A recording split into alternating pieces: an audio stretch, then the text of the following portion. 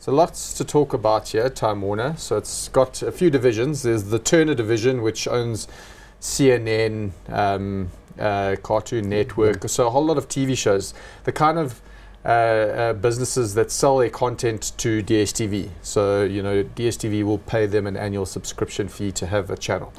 Then they've got the Times Warner business, which, you know, Harry Potter, I'm a massive Lord of the Rings fan.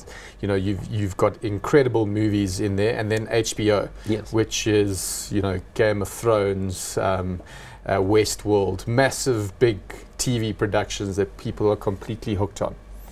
I mean, when Mike Tyson was still fighting, you watch it on HBO. Yeah. You know, the good thing about Time Warner, obviously, as you put it, you know, historically, if you go to any movie, they were the producer, they are there. The only thing I don't like now, if they were to merge with AT&T, they have to make sure that the phone I bought when it was in the US, I can use it in SA, because they're saying I have to use it for 6 months before actually they can allow me to put a different SIM card onto the phone. So that's my graph about it. I mean, let's just go to that merger. I mean, does that make sense? So obviously AT&T probably feel they're becoming a bit of a utility, you know, the sort of providing of data in developed markets is extremely competitive, capital intensive.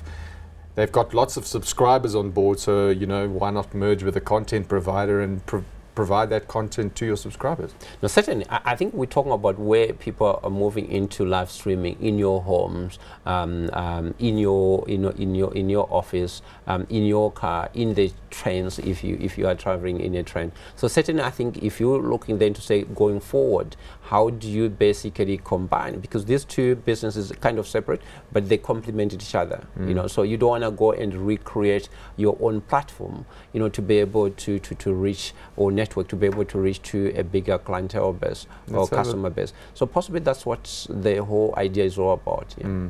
So let's have a look at that share price, and you can see it has been, you know, pretty successful, mostly from left to right.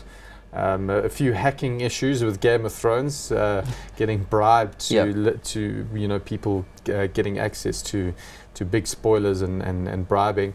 In terms of the streaming, they do have HBO streaming.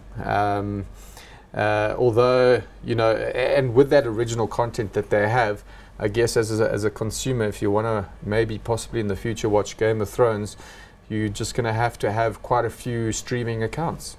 Certainly. I mean, just look at the chart as we're putting it, that, you know, from 2016, obviously they had a dip, but all of a sudden, obviously, it's just going up. Look in terms of the future, as I mentioned earlier on, the streaming being quite important, you know, wherever you are. So I think, you know, it's a good strategy. It's a good way, you know, to be able to bring in scale or scaling, if you want to put it that way, for Time Warner. I'll be hot on them. You're hot? Yeah. Okay, are you a Game of Thrones watcher? No. I was going to ask you who's going to take over the Iron Throne. So hot on Times Warner. I'm also going to agree, fantastic content, and in the race for great content, they're certainly up there. So we're going to be hot on Times Warner.